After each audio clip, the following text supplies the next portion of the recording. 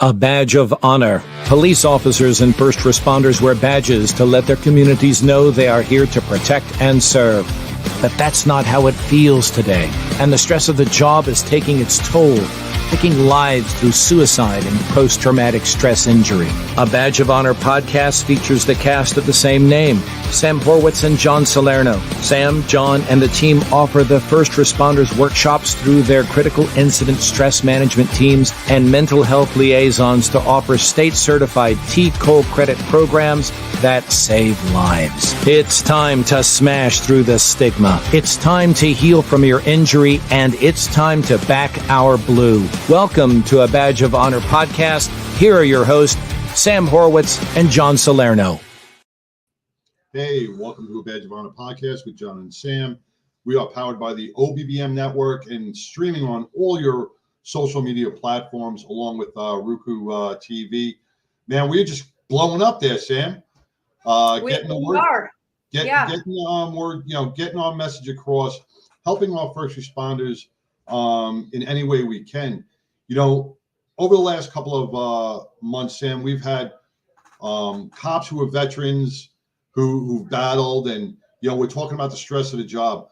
The one thing that we really got to take a deep dive into is that underlying thing that a lot of people are afraid to talk about, and that's the addiction aspect from the stresses of the job that we all have, be it alcohol, drugs, porn, gambling, whatever it is. There's a vice out there or addiction out there that every first responder sometimes strives to have to deal with some of the pain that they see throughout the job. And our guest tonight, we're going to hear from. But on the flip side of that, we want to dedicate today's show to all our law enforcement brothers and sisters in North Carolina. Terrible shooting during a search warrant left U.S. Marshal killed 2 correction officers and a Charlotte police officer, all killed in the line of duty, along with 4 other officers shot, all trying to serve this warrant. Just right here in the HEB area, Sam. I mean, I don't know if you know you're on the other side of the bridge, but the last 3 days we've had standoffs with police in North Richland Hills, in Hearst, in Irving. It seems like crime is getting out of control, and we are putting so much on our law enforcement officers each and every day, and they are not getting the mental help. They're not getting the stress relief. They're not getting the backing, and it just keeps on weighing and weighing and weighing on these officers. And with our guest tonight, we'll show just that breaking point that it can come to. Absolutely. And you and I and Jeff Freeman and John Edmondson know from all the work we've been doing since 2019, it's so easy for first responders to pick up a drink, to find things that kind of numb them out, to take the edge off, to help them decompress.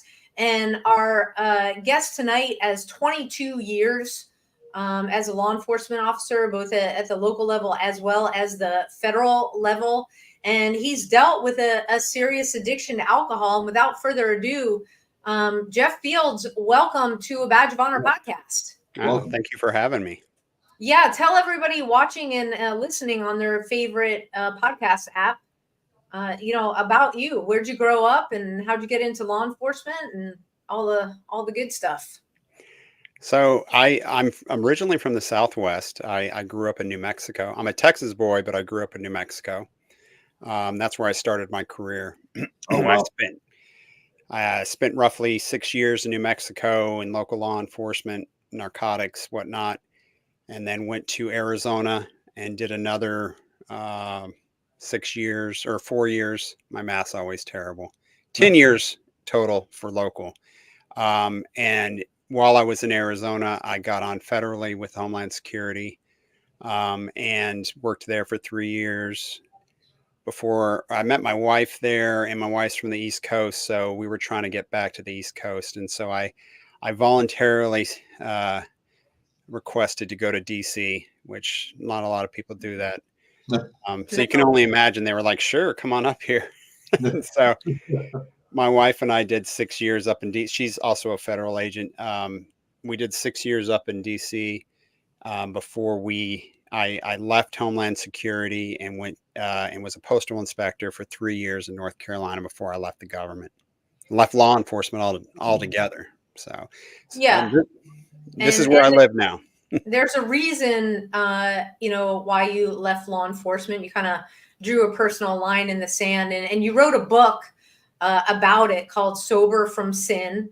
And, let's dive right into that, because while you have a very decorated law enforcement career, you received accolades, awards for your work.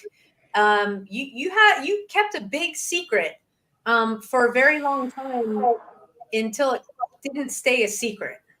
Oh yeah, that's a great way to put it, because it certainly was behind a mask that we all put up, especially in law enforcement, and we hide so well.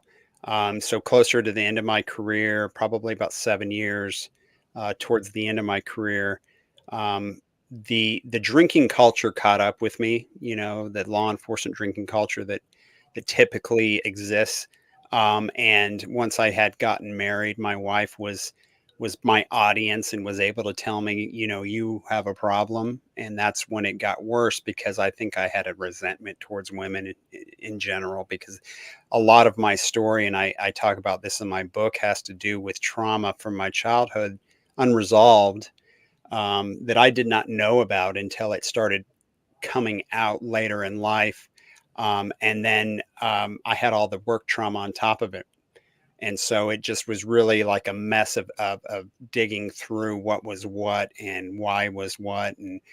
And so my drinking just increased because I didn't ever learn or have the coping skills that I needed throughout my career. And then to deal with the bureaucracy of the government on top of everything else. And I think that it was kind of a perfect storm for me to get down into that deep, dark place. And through it all, I think if anything, I learned that I did not have any type of control over what I was going to do next or where I was going to go. And it only got worse.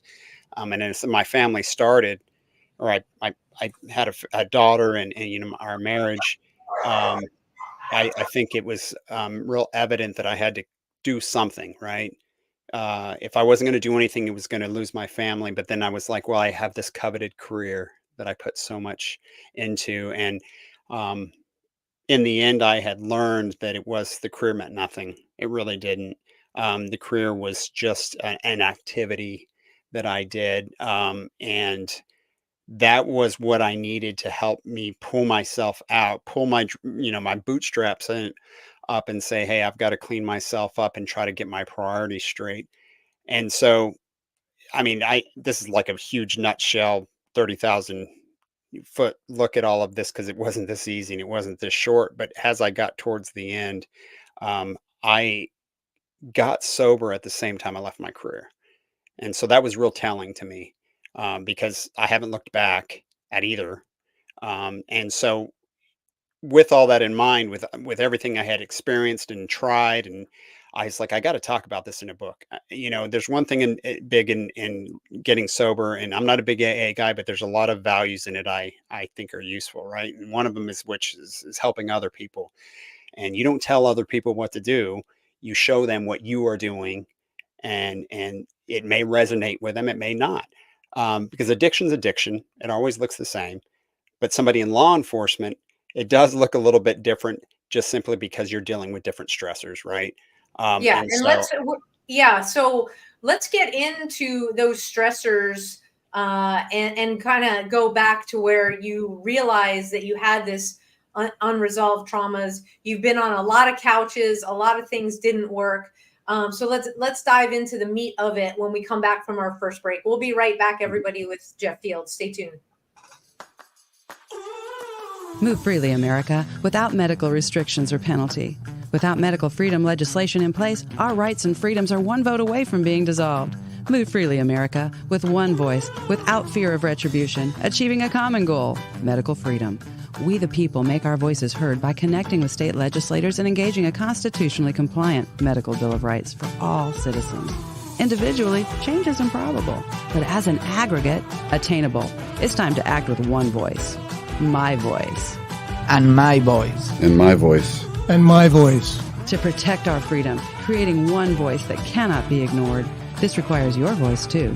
Move Freely America. Go to movefreelyamerica.org to find a chapter near you. Plug in, donate, and help our legislators defend our God-given rights under the Constitution. Move Freely America. My voice. And my voice. And together with your voice, we're one voice that cannot be ignored. Donate today. MoveFreelyAmerica.org. Hey, welcome back to a Badge of Honor podcast with John and Sam with our special guest, Jeff Fields, who is on both sides of law enforcement, on the government side and on the local side. You know, going back to some of your history, going and talking about New Mexico, probably one of the hardest police departments to work for over there. You deal with so much diversity, and it's a dangerous place to work. You know, we got these big cities, but New Mexico's a department of its own, so that puts a lot of stress on you. Where in New Mexico did you work? So I was in southern New Mexico, and I started off at a smaller community. It was a town called Alamogordo. So it's a military town, about 35,000. But we were only 80 miles from the border. Oh, wow. Yeah. And so, as you can imagine, everything that you're doing down there typically has to do with narcotics or immigration stuff. I stayed on the border nearly my whole 10 years because when I went to Arizona, I was in Tucson. I was outside of Phoenix. And so I never seemed to get away from all of that. That's what I'm saying. The only way to get out, and as everybody knows that works for the government, is if you got to ask to go to DC if you want to get off the border. It's a challenging career that you faced in the early stages, and you're probably a young cop back then. So what I want to ask about the drinking and about the addictions were you a big drinker prior, or did it come on over time? I'd always been a big drinker. I'm a binge drinker. I always had it under control during the week or during work. And then, let loose on the 3 days off or whatnot, heavy drinking. But I could turn it off after, 2 or 3 days. But it starts, those lines became blurred towards later on in my career. Were Right. parents drinkers? So, yeah, my mom was a closet alcoholic, I think. I mean, she cleaned herself up, I think, later on in life. And my dad wasn't a huge drinker. He was law enforcement too. I mean, he did 30 years. And so he drank like you would drink in law enforcement, but it tapered off towards the end of his career as well. So I don't think it was anybody in my family necessarily outside of my immediate family. I do have uncles that were alcoholics that were also law enforcement that had issues. So it is in the blood, so to speak. Yeah, let's talk about those issues because the book's called Sober from Sin, and you go into some intense, it felt intense to me, I'll say, the detail with the amounts of alcohol you were consuming. Like I said, you said you were a binge drinker. I think we get that, okay, you're on your days off, but when those lines became blurred, you almost set your schedule in law enforcement up to where you could go on a binge, on a tear, and kind of keep it there, which included hiding stuff at home. Oh, absolutely. I mean, one of the greatest things about going in federal law enforcement is you had a little bit more freedom to drink. I think once I got more administrative in my career, it was easier for me to drink from home or, in a car somewhere because, nobody's checking up on you.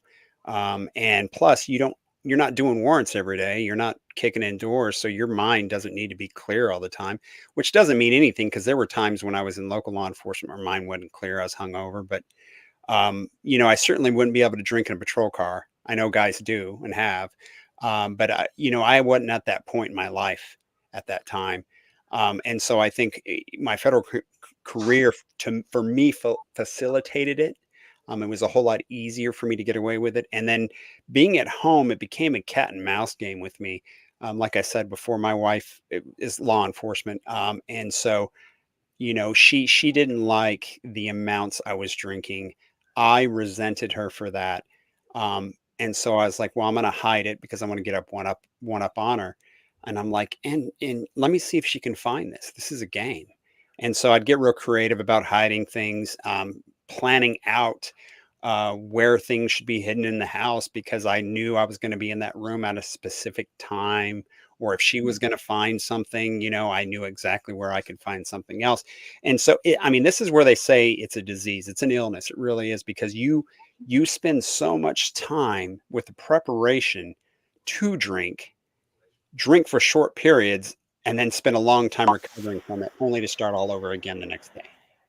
Right. And the thing that is, I call it fascinating, because you take people in the book through your days, what it looked like, having the neighbor even involved in putting vodka in water bottles, not only the level at you went to at home to conceal it, but that there was no realization that your work was suffering from it. Nobody was there anybody from, we'll fast forward to your federal, we'll go back in a moment to your local, but in the federal, that ever tapped you on the shoulder and said, hey Jeff, let's go talk about this, because something's not right. No. And I wish there had been, and that's the reality of the culture. I think that, like I said before, I didn't know I had a problem when I was drinking with my squad or my coworkers. Right. I only knew I had a problem when an outsider came in and told me that, because to my buddies that I'm drinking with, they're consuming just as much. Now, they may not go home and continue to drink like I was, but nobody knew that I was doing that. Right. And so I had wished somebody had tapped me on the shoulder. That's partly why I'm doing what I'm doing now.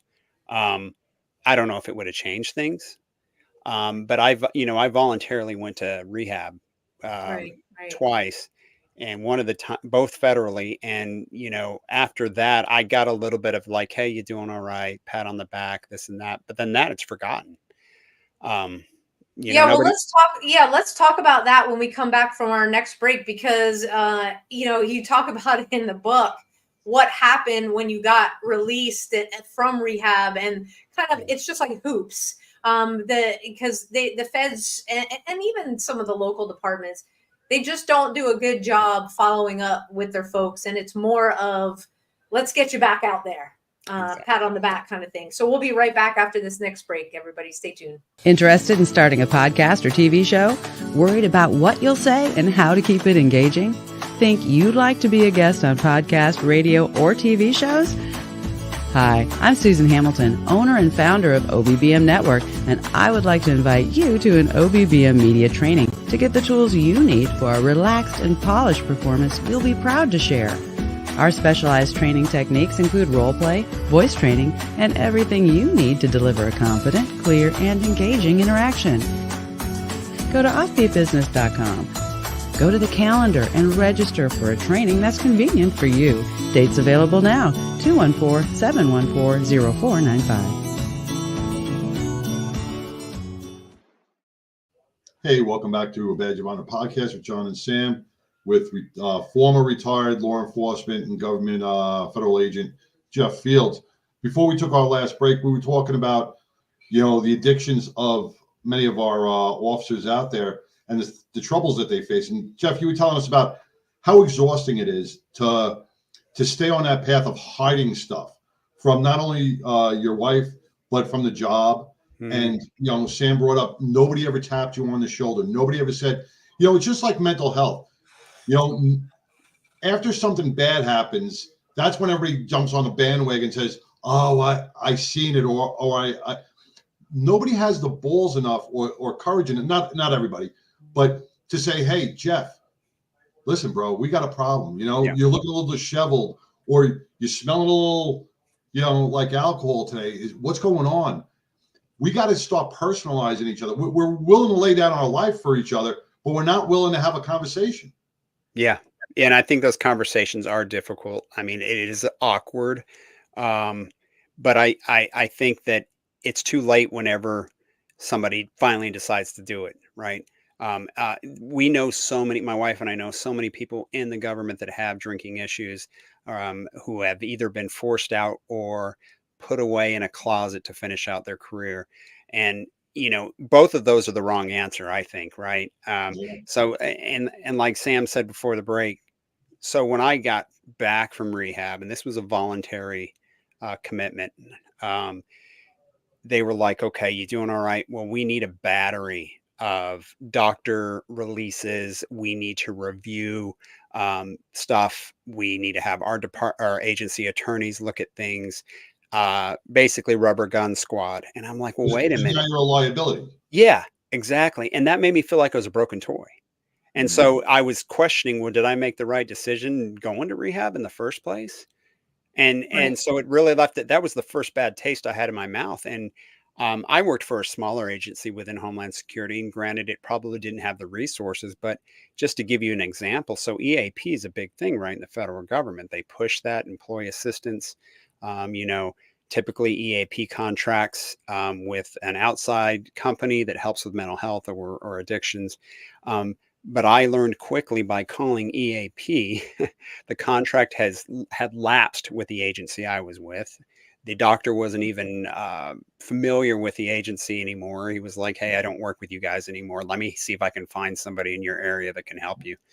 And of course, when you're down and out, and that moment, it took a lot for me to even make the phone call. I'm like, "Well, screw this. I'm not going to mess with it anymore." But that just showed me that we were so far out of touch with some of this stuff. And then talk about a little too late, when things do come out in an agency and they would say, hey, you got drinking issue, lean on your partner or talk to him, peer support. But a lot of those programs, in my experience, were set up for administrative staff, not for the law enforcement side, because the law enforcement side had the top secret clearance, right? Which is a whole different ball game. And Sam may know about this. When any type you do your re-ups on your reinvestigations for your top secret clearance, nobody goes in there and tells the truth. I'm not going to tell you that I'm taking prescription medications, that I've been to counseling. I'll say I went to counseling. Yeah, marriage counseling. Right. That's very Right. benign. And so that was another red flag for me. It's like, why am I lying to this so I can keep my job, so I can keep my clearance when I have a problem? And so I would tell buddies, do they want somebody that's medicated and seeing a therapist and has a good grounding carrying a gun, or do they want somebody that's not carrying a gun, right? And it was beyond me that there was that disconnect between the people struggling and the agency, like you said, liability. Mhm. Who do you care about, your people, or do you care about the agency? You're a number. Right. Right. Well, when there's no safe place to land, especially coming out of, voluntarily going in twice, and then coming out, and all it is question marks. And is he going to be okay? What are we going to do here? Oh, let's just get him back out there. Dot the I's, cross the T's, check all the right boxes, and the longer that, either, I don't want to call it a blind eye, because they know that there's a problem, whether you're in the federal level or the local level. There's alcohol mixed into the culture because it's always been there. Mm-hmm. And we should be encouraging those to come forward, and because you make a difference for other people when the agency does the right thing and gives you that safe place to land, instead of, kind of like you said, promote up and stick you in a closet for as Yeah. many years or months or whatever that you have left. But you write about in your book, again, it's called Sober from Sin. Get it where books are sold. And you had a couple of what I would call like the eye-opening moments. Mm-hmm. Being arrested, going home, being arrested by the locals, and kind of having that oh shit factor. Now what? Mm-hmm. And no, that didn't No. really change anything. And then, with your daughter, seeing your behavior, nope, that didn't do anything. Going into rehab, nope, that didn't do anything. So yes, disease. Mm-hmm. It definitely progressed to that level. And you know, I'm not an addiction expert, neither is John. We like to bring these things out into the open. What do you think, looking back to where it first started at the local and you got locked up there, what would have had to happen differently for you to have said, oh, wait a second? Yeah, I think what it was, I mean, it was a double-edged sword for me because, like I said, I had the unresolved trauma and I couldn't treat the unresolved trauma when I was still drinking. I needed a baseline. And so in order for me to stop drinking was a hurdle in itself. And then after that, treat the illness, right? Mm-hmm. And then from there, you work towards sobriety. And so I don't think I would have been able to do it necessarily no matter what had happened.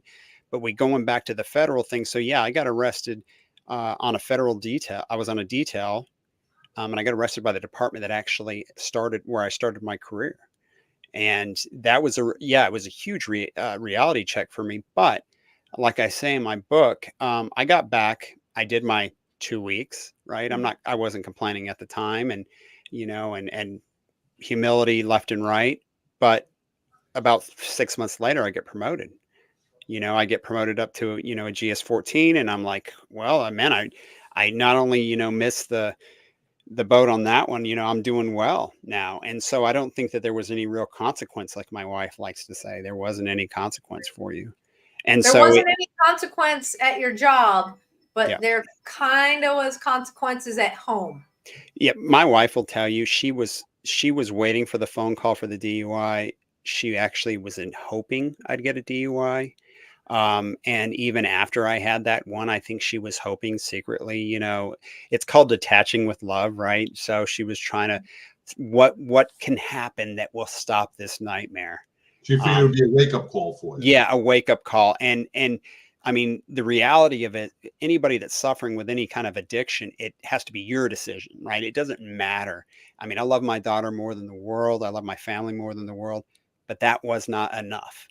Because it had to be my decision to say, hey, I've got to put this away. I've got to do what I got to do this for myself, right? I went to rehab for my family the first time. The second time I went to rehab, I went for myself.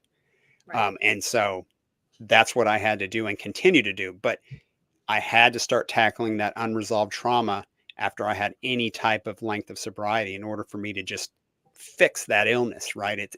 I shouldn't say fix because it's never fixed, but to just find a good baseline where I can build upon. Yeah. And you write about kind of couch surfing or looking for therapists that could help you with that unresolved trauma. And boy, you stuck with it for a while, but eventually that addiction monster just was like, see, it's not working. I don't want to, do that on our show, but see, it's not working. So let's talk about that when we come back from our next break. Stay tuned, everybody. We're talking with Jeff Fields. We'll be right back. Look, when you need to respond to an aggressive situation to protect yourself, your family, or your property, understanding your firearm and legal position are critical. Officers know your skills are only as good as your commitment to training. So know what you're doing. So when you're in a vulnerable situation, we can count on your response. Whether you're a beginner or a licensed gun carrier, Carry in Texas offers basic firearms training, Texas permitless carry courses, license to carry, and basic 2A courses so you can understand the responsibilities, situational awareness, and learn the technical skill required when you carry your firearm. Go to carryintexas.com to find the right course for you. Join me, former United States Secret Service agent Samantha Horwitz, on the range for beginner basics, LTC prep, and range practice. Go to carryintexas.com today. That's carryintexas.com.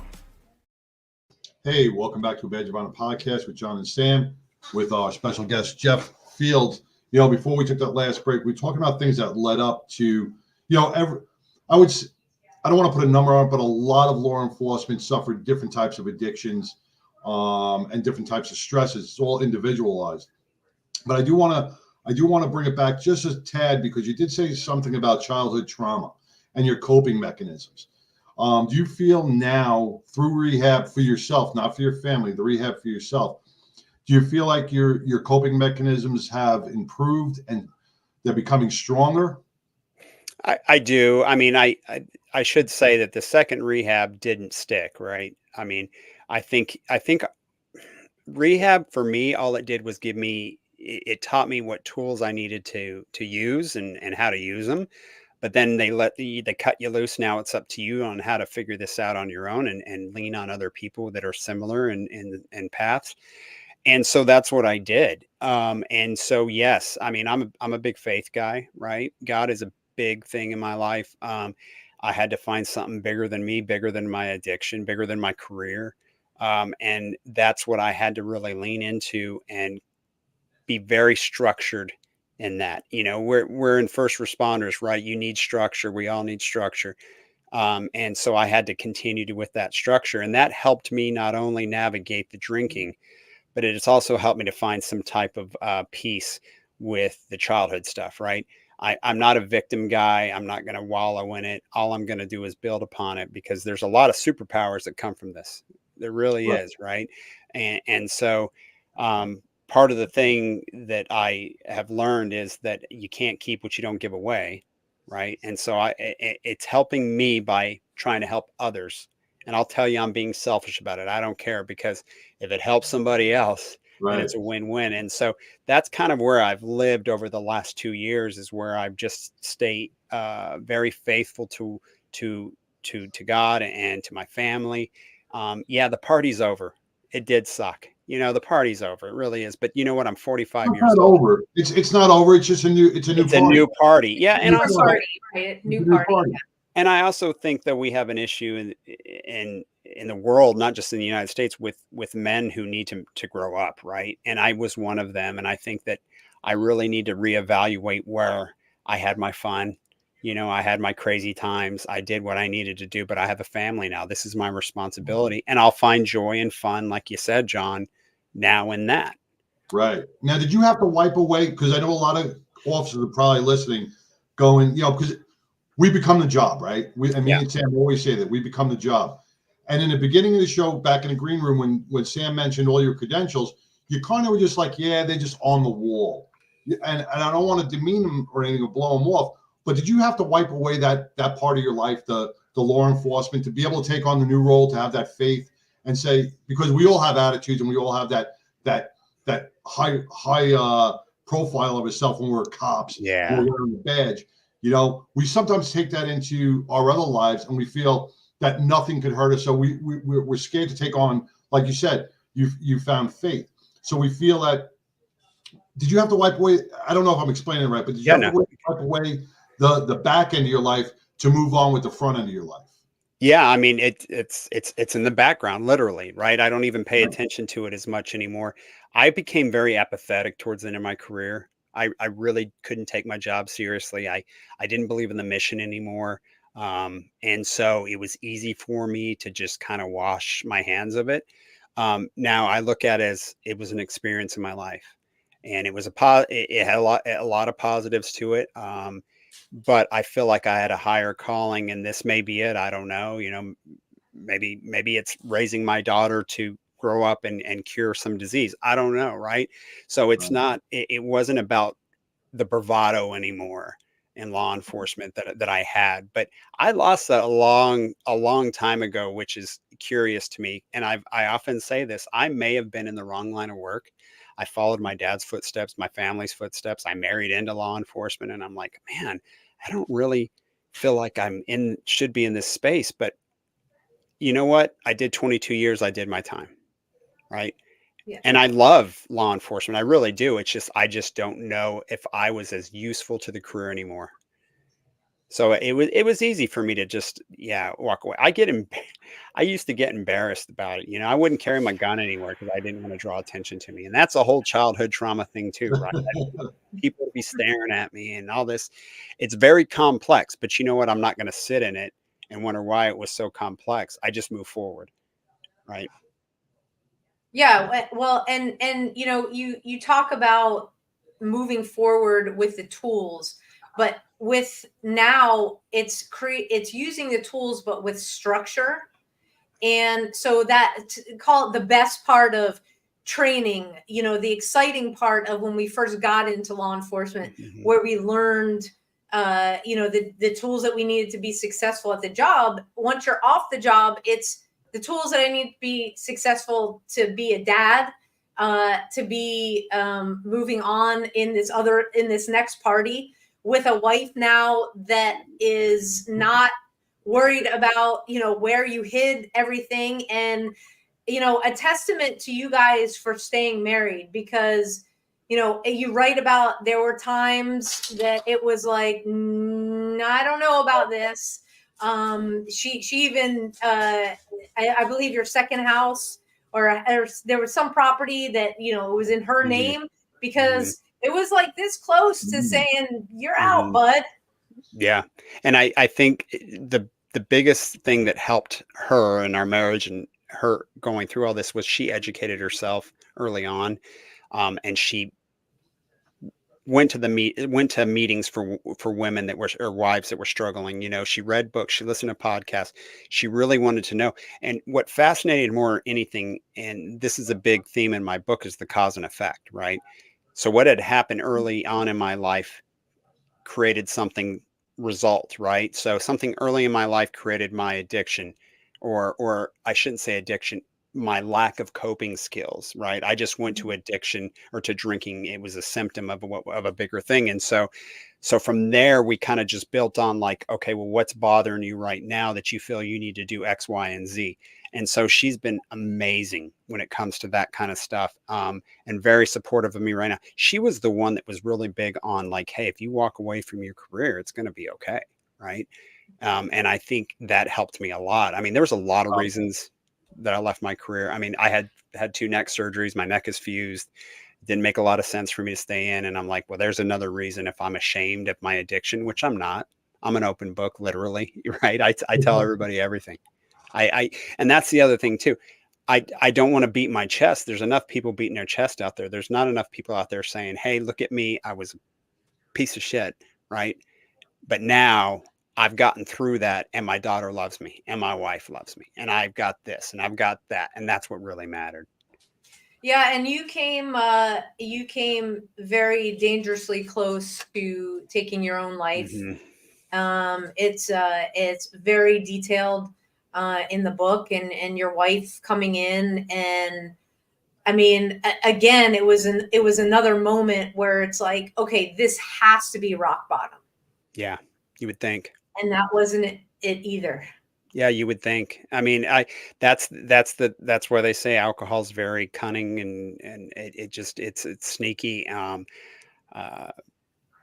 But I think that I had somewhat of a good foundation, knowing that, because at that point in my life, I had a good foundation knowing that, hey, my daughter's not going to have a father, and I'm going to screw up another life, right? Another generation, which my wife would turn around and remind me, well, you already are. Right. So, but I mean, one of the things my dad did instill into me growing up was, it always gets better in a day, a week, or a month. And it's so true.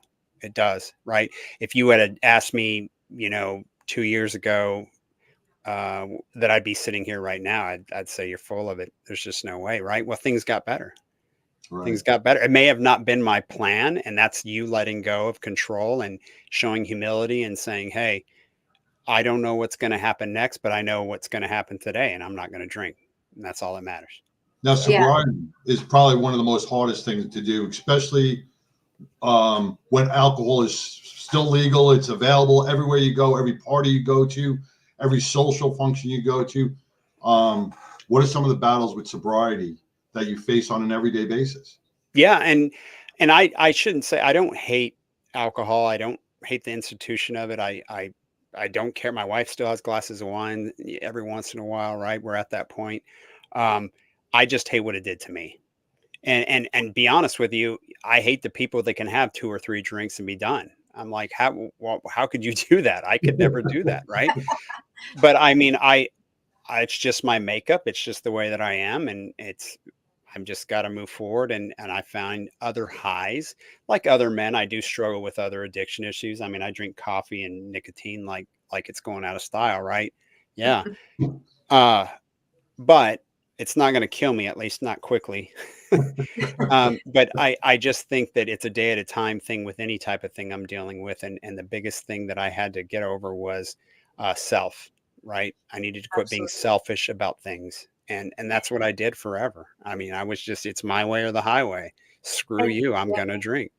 And you talk about that again very openly in your book. Guys, we're talking with Jeff Fields. He is the author of Sober from Sin, an incredible law enforcement career, both at the local and federal level. We got to take our next break. When we come back, John, when we come back from commercial, let's touch on, Jeff, what you feel law enforcement or first responder, the community as a whole, needs to do to grab a hold of people that suffered with this disease like you did.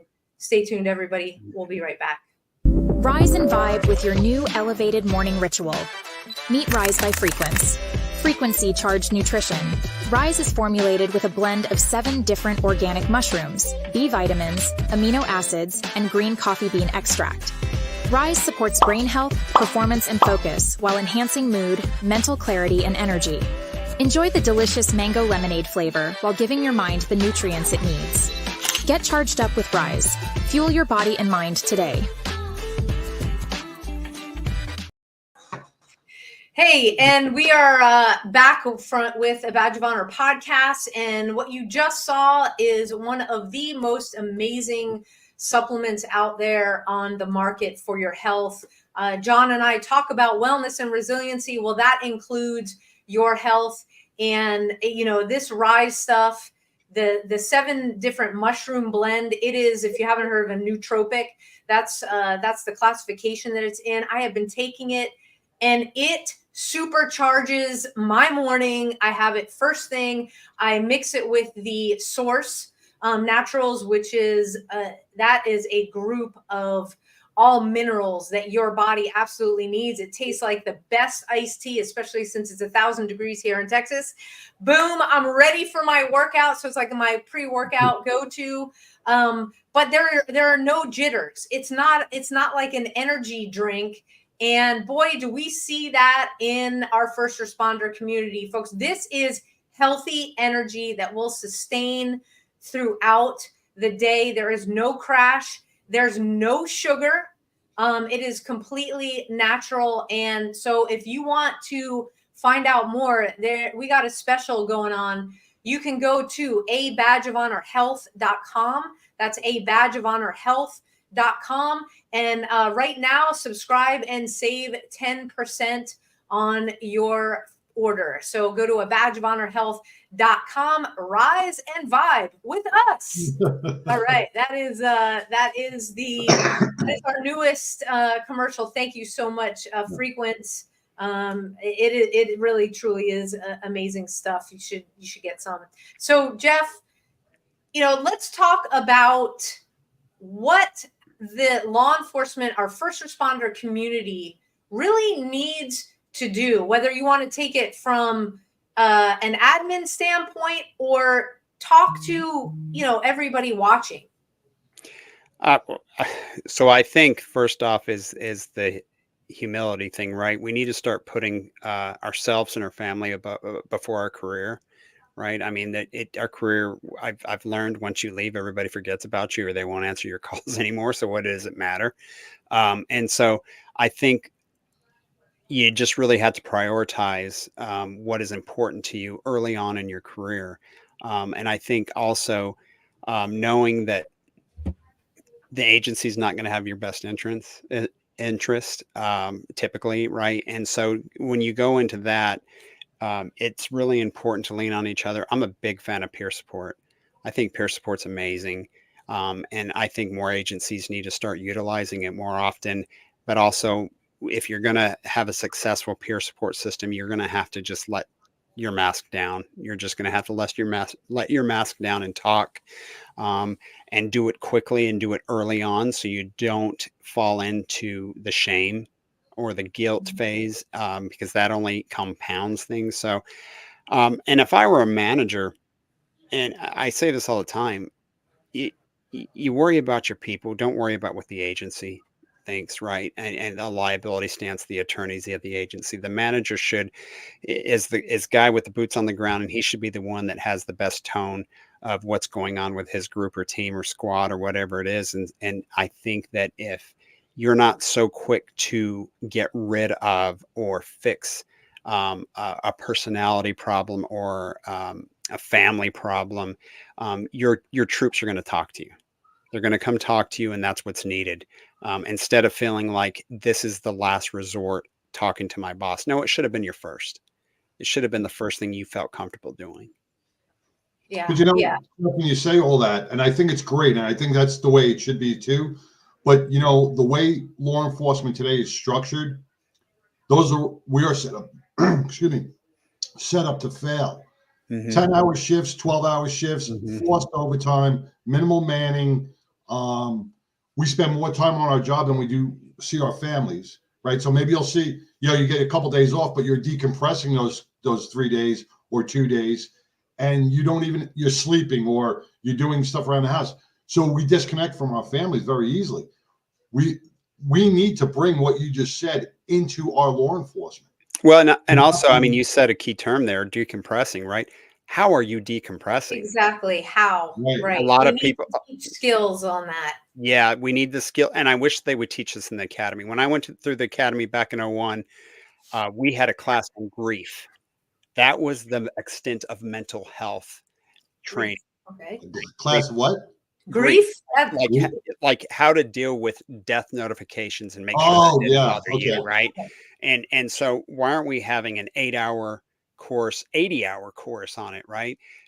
Starting with the family dynamic, addictions, this and that, peer support, all that. I think that's where it needs to start, because the group of people that are coming into law enforcement now already have a ton of mental health issues, unfortunately, because of the way the world is right now. It's not their fault, right? No. It's just the way society is, the social media, the internet, whatever. I hate to sound like an old man, but really I can see it. I see it. My daughter, she's 7 years old. So if you're coming in with people already on with that stuff on board, you need to be ahead of the game, because you're about to pile a whole bunch of other stuff on top of it. And we know the feds are never ahead of the game. They're usually always playing catch up. So Jeff, I've had, for everybody listening on your favorite podcast app, you can find out more about Jeff, his amazing story. Again, the book is called Sober from Sin, and it's thejefffields.com. That's his website. Where else can people connect with you, Jeff? I'm on LinkedIn under my name. And also I'm real big on Instagram. I like to do a lot of posts on there as far as like navigating through whatever you're going through. So, and that's just Sober from Sin. Okay. Sober from Sin on Instagram.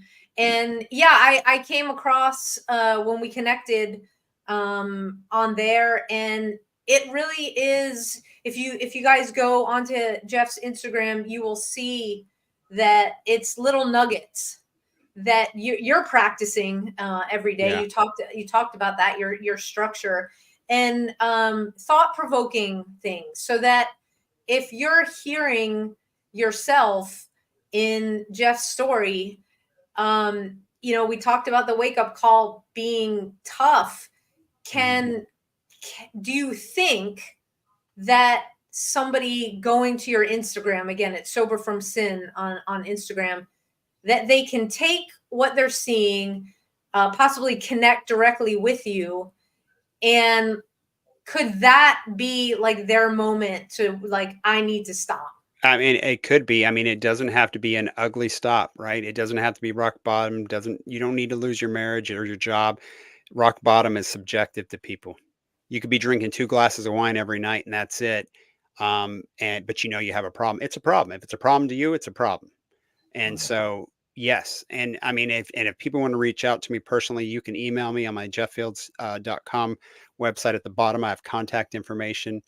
We lean on each other. We learn from each other. So I'm absolutely there for whatever that looks like for you. Well, that is outstanding, Jeff. Thank you so much Thank you. for being somebody to lean on, for writing this book. You guys, you got to visit his website, get the book, Sober from Sin. Jeff, you're completely vulnerable. You put it all out there. Like I said, there's not a lot of things in certainly my career and John's career that make us go, whoa. And your book made us go, whoa, this is big. And it really was written in a way so that we understand the disease behind the addiction, so that hopefully it never gets there for somebody that picks it up. And this is not a book just for law enforcement. No. Yes, law enforcement, but beyond, to just understand what addiction looks like. So if you're living with somebody that you know has a problem, pick up Jeff's book. Again, it's called Sober from Sin. And Jeff, thank you so much for spending the time with us this evening and telling your story, again, being so open, and all of those recommendations that I hope people will take for themselves personally and back to the department. And keep moving forward, brother. Thank you. I'll keep doing what you're doing. Thank you. God bless you for all the great messages. Thank you so much, Jeff. We'll be in touch. All right. Right. See, there you go. You did it again. Woo. I'm just thinking, with his story, we were talking about feds and we're talking about local. This is I want to say a success story, because it didn't end up with a death. It ended up with somebody who overcame the addictions, and it should be praised by every command that's out there should be praising him for the strength that he has to do this. And instead, like he said, if you bring this to them, they lock it away in a closet and hide it. Or promote you. Right. But they don't want we're seeing a lot of promotions in the feds right now for different reasons. It doesn't have to be a alcohol. It could be, somebody getting shot and killed. Right. We'll just promote them. It'll be okay. That's a whole nother podcast. This is an actual success story, and it should be shared, and it should be valued, man, because there's so many, and Sam, I know you share some of that. Yeah. When we talk about after 9/11, you share some of that so you can connect with that a little bit. And there's so many others that we do not see that are going through this each and every day. Yeah. And, for those of you, who connected with this, and John, you said, we share it. I share it as part of my story and the drinking and the coping mechanism after 9/11. And we're having, we have workshops. If it's the first time that you're joining us on the podcast, please hit that like and subscribe button there. But on September 6th, we've got a workshop coming up. Now that's private. We do private and open workshops. The September one happens to be private, but later in September, the 20th, we have a joint workshop where let's get out of the office. Let's get a day outside in nature. We're doing equine therapy. We're doing healing on the water with Heroes on the Water. We're doing kayak fishing. We're talking about our stories. And it's only open. I think we're doing 16 first responders. All of our events and everything about where we are and what we're doing. Go to abadgeofhonor.org, click on events, and you can find out. I am putting more and more stuff on as we solidify those events. If you got any questions, you can connect with us through abadgeofhonor.org right at the top, or just hit us up on the phone. Our phone number is up there. Again, everybody that tunes in every week, thank you so much. Keep hitting that like, keep hitting that subscribe button. I think we're coming up on some pretty cool magic numbers. Watch this episode again. It'll be on replay tomorrow. It'll go up on Roku this week, and you can listen on your favorite podcast app. Thank you if you're listening from there. We just want to tell all of our first responders out there that we pray for you every single day. Okay, please, if you know this is what you're supposed to do, stay in the fight. You have got thousands, tens of thousands of people out there that really do support you, even though it might not look like that from social media and the news. Just stay away from all that. Know that you have people out there that love you, that support you, and that pray for you. Thank you for keeping our community safe.